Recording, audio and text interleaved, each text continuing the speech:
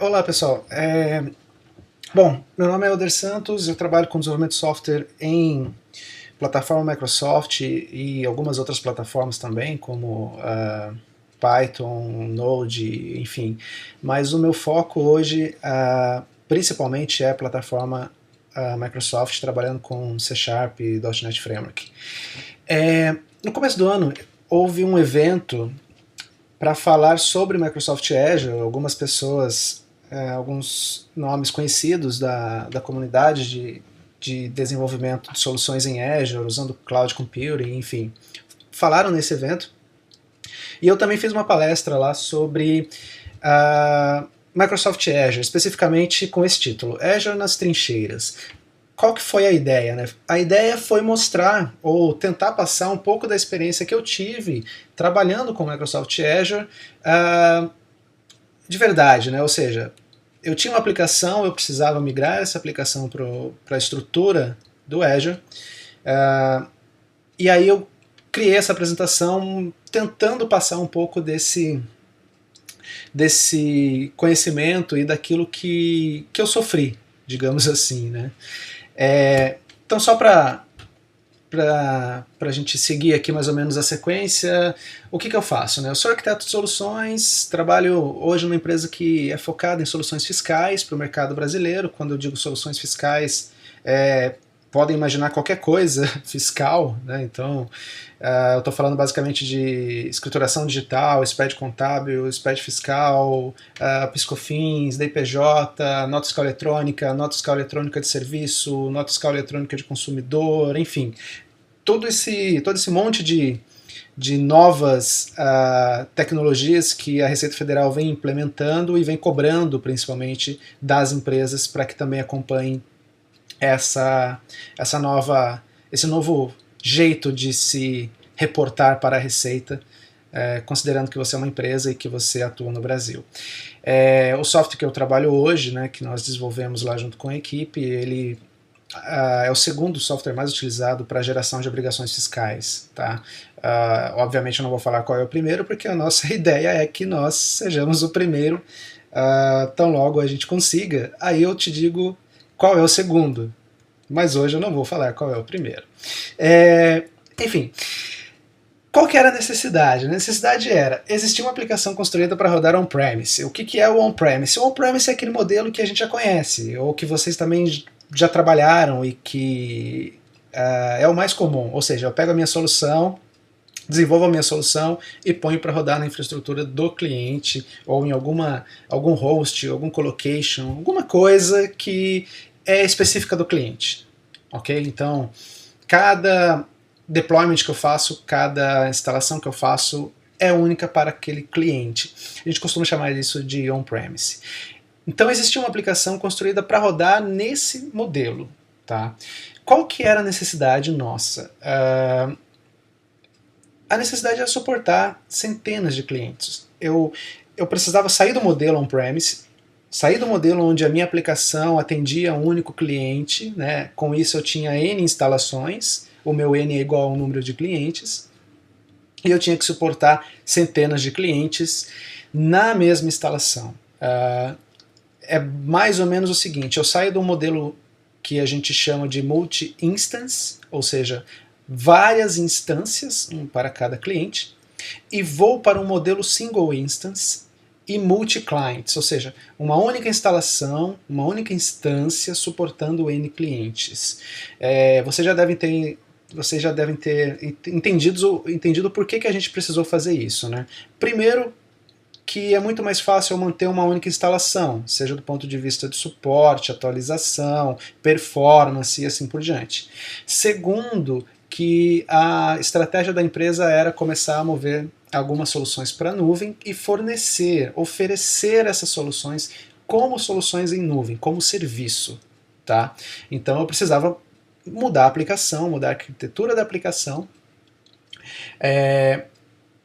para conseguir atingir esse objetivo, que era a redução do esforço na atualização do software, melhorias no processo de deploy da minha aplicação, atualização constante, enfim, relacionado à estratégia da empresa, que era mover para um serviço de mover para uma estratégia de serviço de software e não mais de venda de licença de software. Tá? A gente sabe que é muito evidente hoje que a maioria dos softwares estão movendo para esse novo modelo, não tão mais novo assim, mas ainda novo, modelo de licenciamento, onde eu não compro mais a caixinha, eu não compro mais o software pronto e tenho que fazer tudo sozinho. Eu compro um serviço, e esse serviço hoje que a gente fornece é um serviço de geração de obrigações fiscais. Tá? Então, basicamente, essa era a necessidade. Mudança na estratégia da empresa, a aplicação tinha que acompanhar essa mudança estratégica da área de business. Quais eram as características, ou quais são, na verdade, as características dessa nossa solução? Primeiro é alto volume de dados. Talvez não tão alto para algumas outras aplicações que vocês tenham trabalhado, mas era relativamente alto. Tá?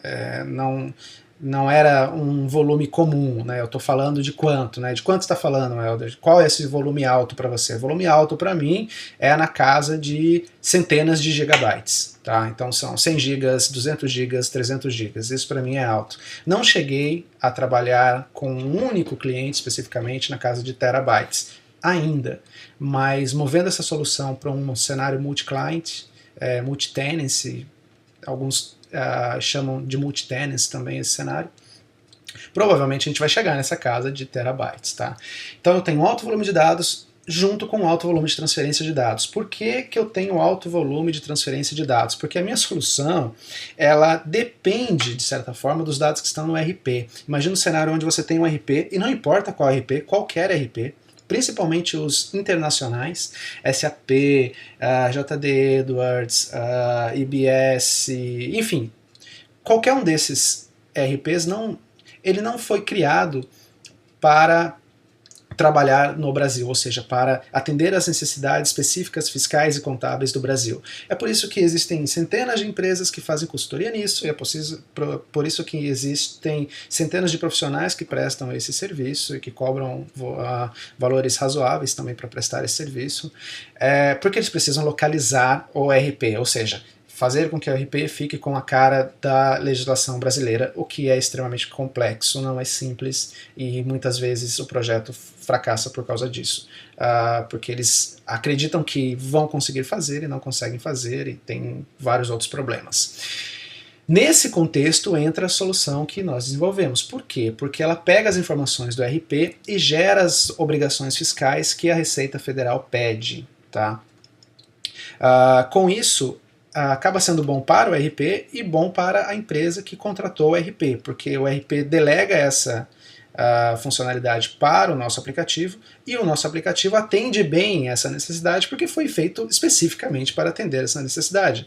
Eu não faço emissão de nota fiscal, eu não faço controle de lançamento contábil, eu não faço controle de inventário, eu não faço nada disso dentro da solução de geração de obrigações fiscais.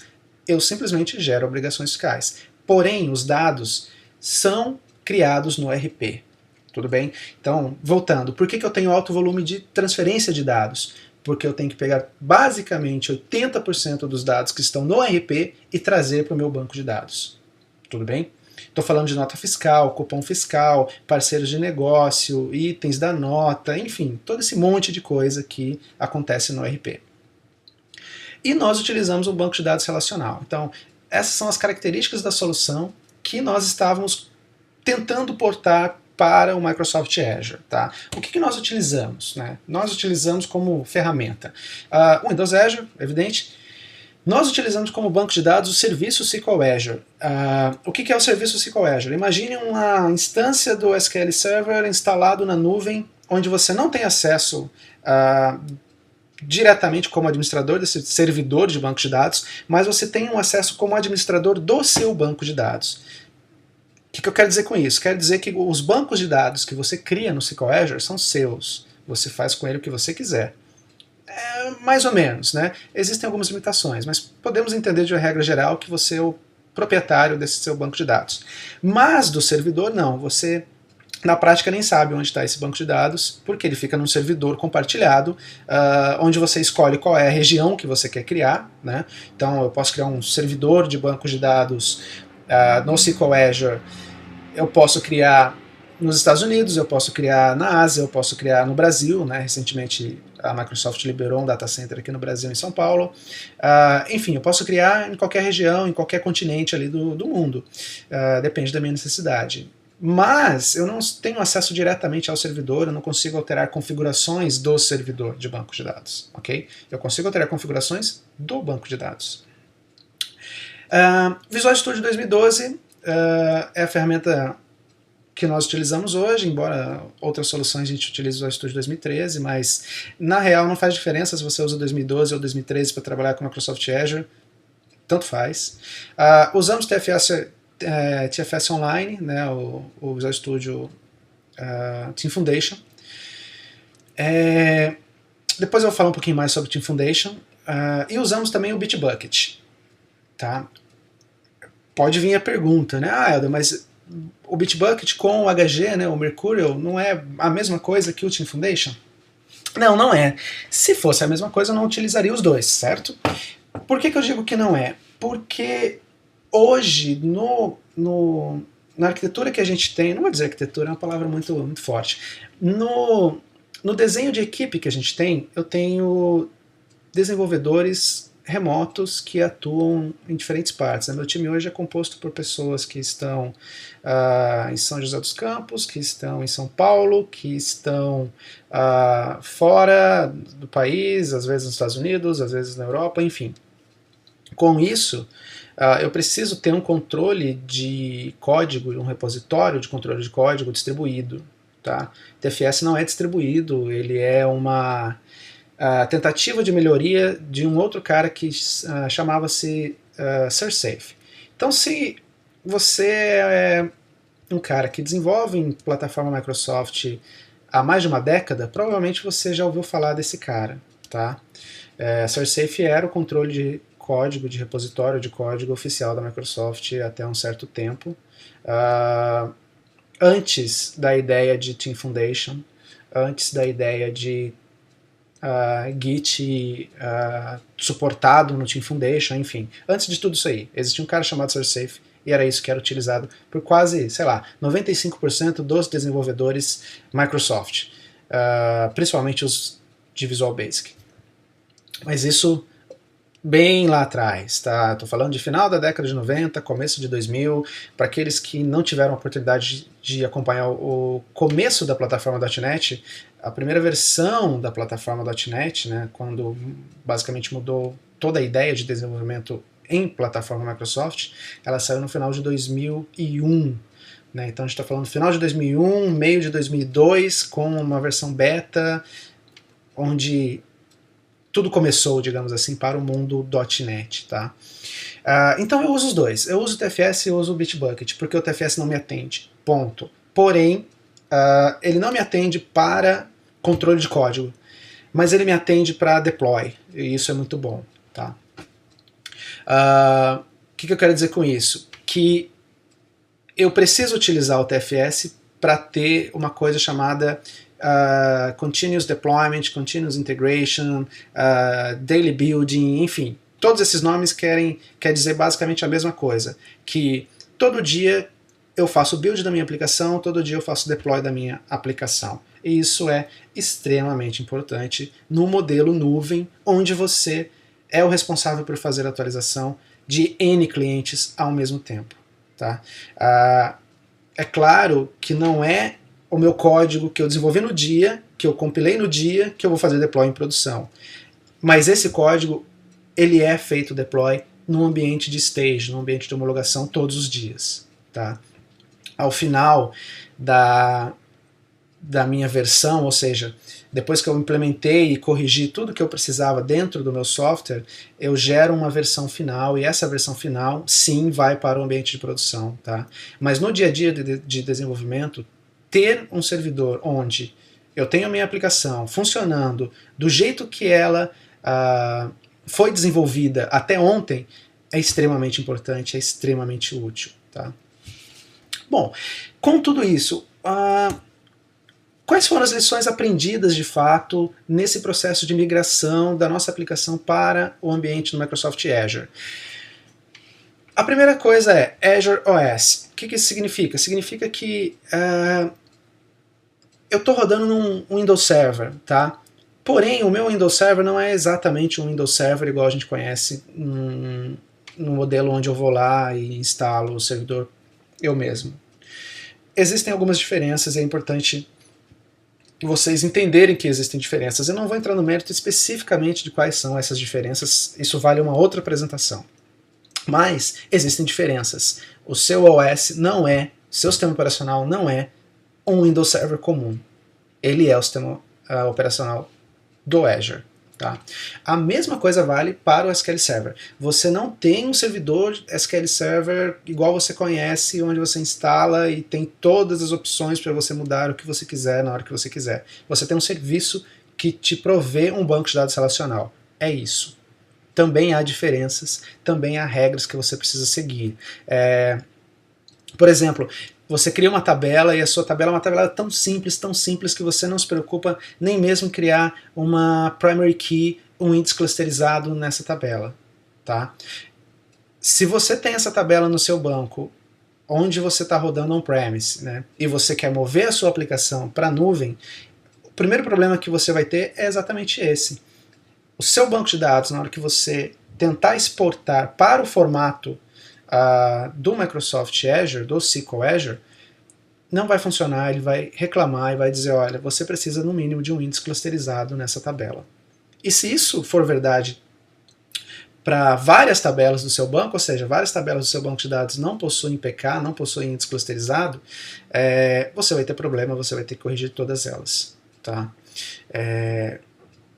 Quando você cria uma primary key, automaticamente o SQL Server cria para você um índice clusterizado por trás dessa primary key. Tá? O índice clusterizado é o que vai dar a base de indexação da sua tabela, ou seja, dos dados que estão na sua tabela, para que o otimizador de consulta do SQL Server não faça o que a gente chama de table scan, ou seja, não varra a sua tabela de ponta a ponta para encontrar um determinado registro. Tá? O índice clusterizado vai criar uma estrutura chamada B-tree ou árvore B, onde, via essa estrutura, ele faz uma busca binária e encontra o seu registro de uma forma muito mais otimizada. Tá? Então isso é pré-requisito para o SQL Azure. Sem isso ele não trabalha. E se a sua aplicação tem várias tabelas sem índice clusterizado, você vai ter que corrigir todas elas. Tá? Tem outras características também, de novo, também vale uma outra apresentação só dessas diferenças, porque seria bacana mostrar para vocês essas diferenças e esses problemas que ocorrem. Tá? Eu vou tentar separar esse material e criar uma outra apresentação bacana para vocês visualizarem isso. Qual outra lição aprendida? Deployment. Né? Deployment por quê? Porque na forma com que a gente trabalhava anteriormente, eu tinha um setup, né, um projeto de setup, gerava um .ez baseado em Microsoft Installer, e aí esse pacote eu liberava para o cliente ia lá, fazia o processo de instalação, next, finish e tudo mais. No ambiente do Azure, eu não preciso disso. Aliás, se eu estiver fazendo isso, eu estou fazendo errado. No ambiente do Azure, eu tenho outras ferramentas para fazer deployment de forma muito mais simples, muito mais rápida. Tá? Então, essa foi uma outra lição aprendida. A forma com que a gente estava fazendo deployment tinha que mudar. Tá? E o último tópico, billing, ou conta, ou quanto custa. Tá? Entendam o seguinte, Microsoft Azure cobra tudo. Não só o Azure, tá? Amazon, DigitalOcean, enfim, qualquer um desses serviços de cloud computing, de computação na nuvem, eles cobram tudo, porque é o negócio deles. Então, se você cria um banco de dados, você está sendo cobrado. Se você transferiu dados via rede, você está sendo cobrado. Se você utilizou horas de máquina, né, horas de computador, você está sendo cobrado. Ele vai cobrar tudo. Se você transferir uma VM que você criou de uma região para uma outra região, ele também vai cobrar. Tá? Entendam o seguinte, eu não estou falando que ele está errado. Tá? O que eu quero mostrar para vocês, o que eu quero explicar para vocês é que vocês têm que tomar cuidado com aquilo que vocês desenham de solução na nuvem. A solução ela tem que ser a mais otimizada possível também na questão de precificação, na questão de quanto vai custar. Tá? A ideia de mover para a nuvem é que a solução fique mais barata. para o cliente final. Mas se a sua infraestrutura é muito cara, essa conta vai ser repassada para o cliente final. E o seu serviço, seu software como serviço, vai ficar mais caro. Tá? Ele sendo mais caro, seu cliente não vai comprar. Ou seja, entendam que parece que não tem muita relevância, mas tem muita relevância. Aliás, tem toda a relevância. Quem vai dizer o seu preço final, em partes, é o quanto você vai pagar. O quanto vai custar para você manter a infraestrutura da sua solução na nuvem. Tá? Então, esses 4 pontos foram basicamente os 4 pontos que eu tentei mostrar para vocês de lição aprendida quando a gente tenta mover uma solução do padrão ou da arquitetura on-premise para a nuvem. Tá? Basicamente, o que acontece então? Não é porque encaixou que vai funcionar, ou seja, imagine o seguinte cenário, eu tinha na solução, em certo momento, né, no software, em certo momento, ele gerava alguns arquivos em pastas, tá? Pastas do sistema operacional. Quando a gente moveu essa solução para a nuvem, isso continuou funcionando.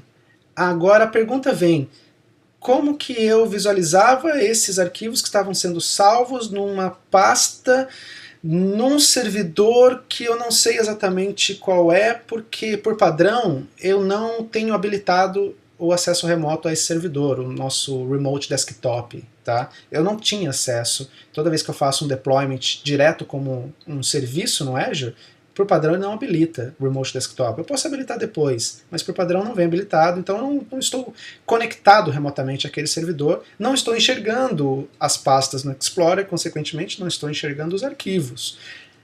Eu sei que a aplicação está funcionando porque na aplicação eu tenho uma interface com o usuário que me lista os arquivos que foram criados.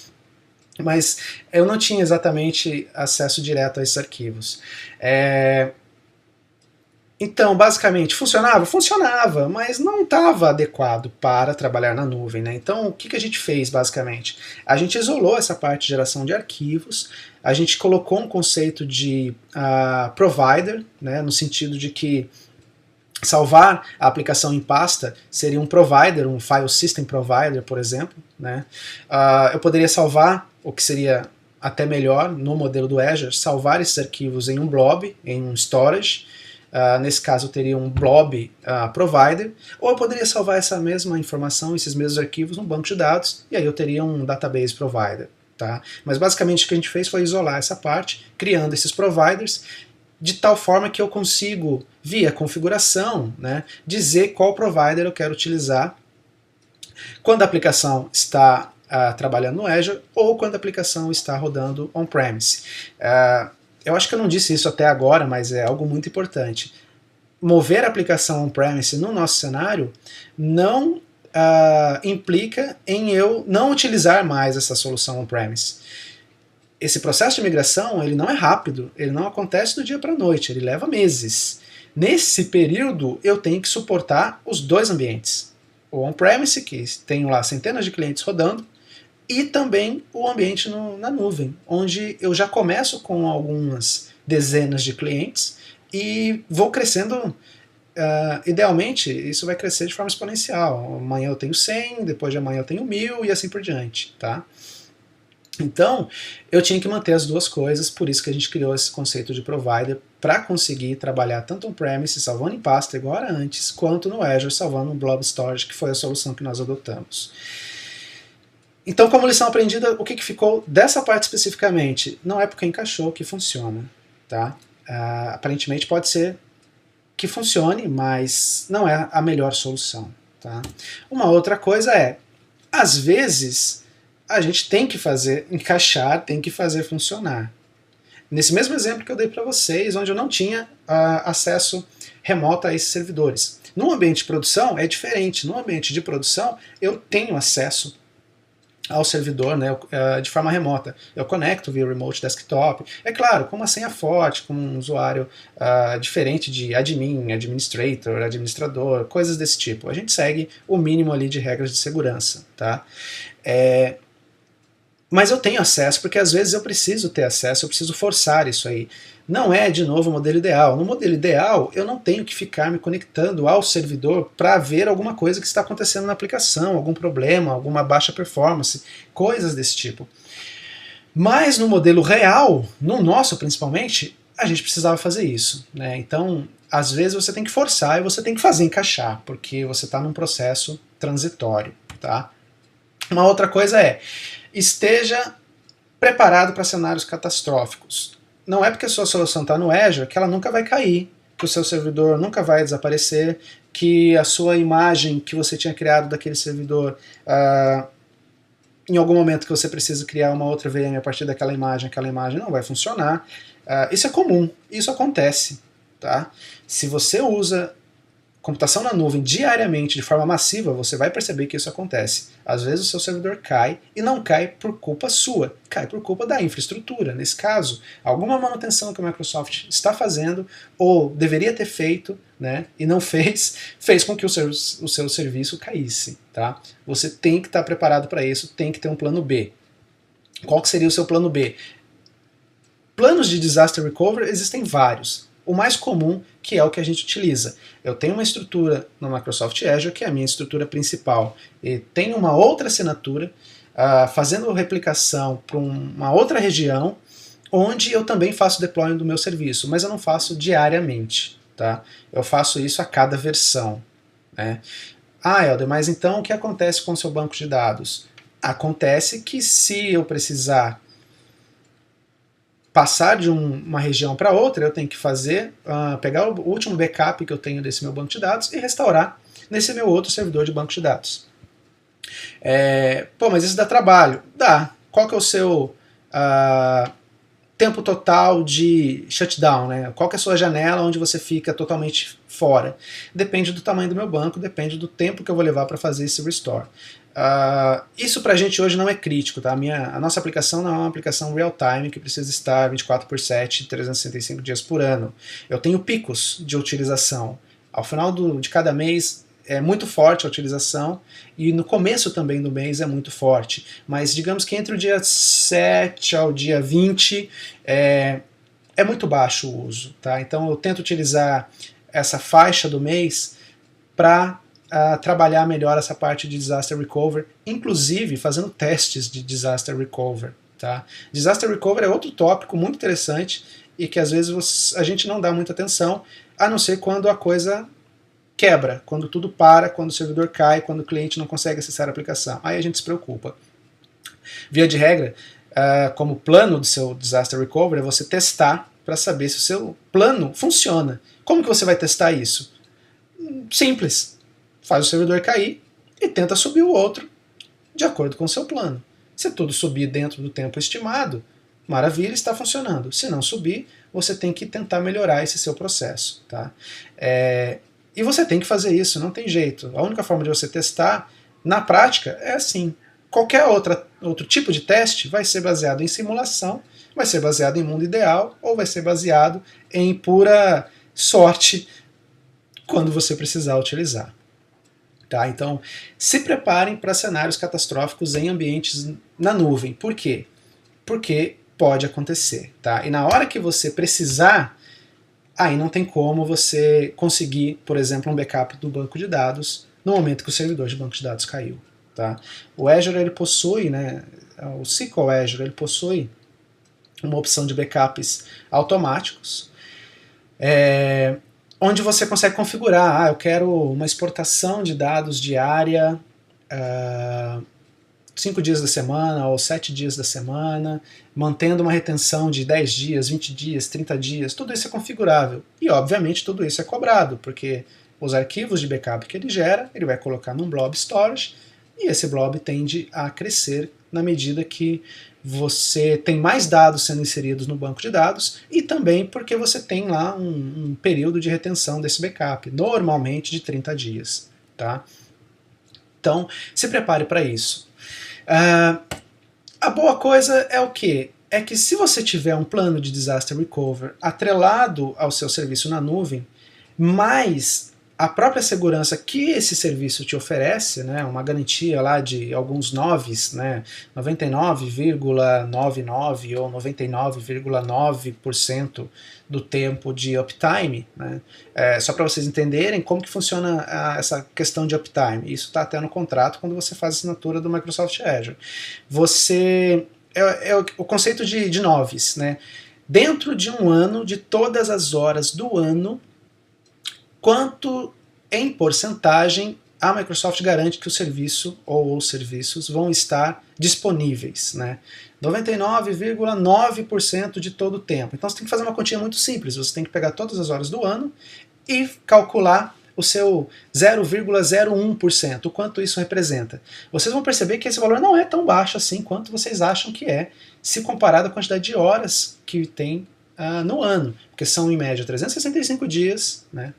Não em média, são 365 dias, com exceção do ano bissexto, para ajuste de calendário. 365 dias vezes 24 horas. Esse valor é que vocês precisam calcular. Então, quanto seria 0,01%? Não tem nenhuma calculadora aqui, não consigo fazer isso de cabeça também, mas vocês vão perceber que dá aí algumas horas, talvez em torno de 15, 16 horas, talvez um pouco mais, de downtime. O que significa isso? Que por contrato você está concordando que dentro de um ano você vai ter, por exemplo, 16 horas onde o seu serviço vai estar indisponível. Tá? Se para você isso não for um problema, tudo bem. Se para você for um problema, você vai ter que se cobrir de outras maneiras para que esse tempo de downtime seja menor. Tá? Inclusive contratando serviços de outras empresas que também fornecem cloud computing. A Amazon, por exemplo, ou DigitalOcean, enfim. Então, tem a parte boa, mas você precisa ficar atento, tá? Isso também, eu diria que é uma lição aprendida dentro desse nosso processo, né? Enfim, e, de novo, não são apenas horas de máquinas virtuais, tá? Tudo conta. Backup conta, transferência de dados conta, IP reservado conta, números de backups automáticos conta, máquinas que estão em paralelo, máquinas que não estão, máquinas que estão ligadas, máquinas que estão em shutdown, mas você não deletou, todos os HDs que você criou, de todas as imagens de máquinas virtuais, tudo isso conta, tudo isso é contabilizado. Tá? Então, no sizing que você faz, do quanto você precisa de cloud computing para a sua solução, quando chegar no preço, não leve em consideração apenas, eu preciso de uma máquina com quad-core e 6 GB de RAM e alguns gigabytes aí de HD. Não é só isso, tá? Entre na página do Microsoft Azure e veja a parte de precificação para você entender como isso funciona, tá? Isso é muito importante. Certo? Era mais ou menos isso que eu queria passar para vocês, como que é, na prática, como que a gente trabalha com o Microsoft Azure, tá? Essa é a minha experiência, não é a verdade absoluta, longe disso, tá? É a experiência que eu tive trabalhando com aplicações on-premise e movendo essas aplicações para a nuvem. Algumas coisas que eu disse pode ser importante para você, outras não, mas enfim, a ideia aqui era compartilhar, tá? Era passar esse conhecimento para vocês, para que vocês sofram menos do que eu sofri, caso vocês precisem fazer a mesma coisa, caiam no mesmo cenário, ok? Obrigado.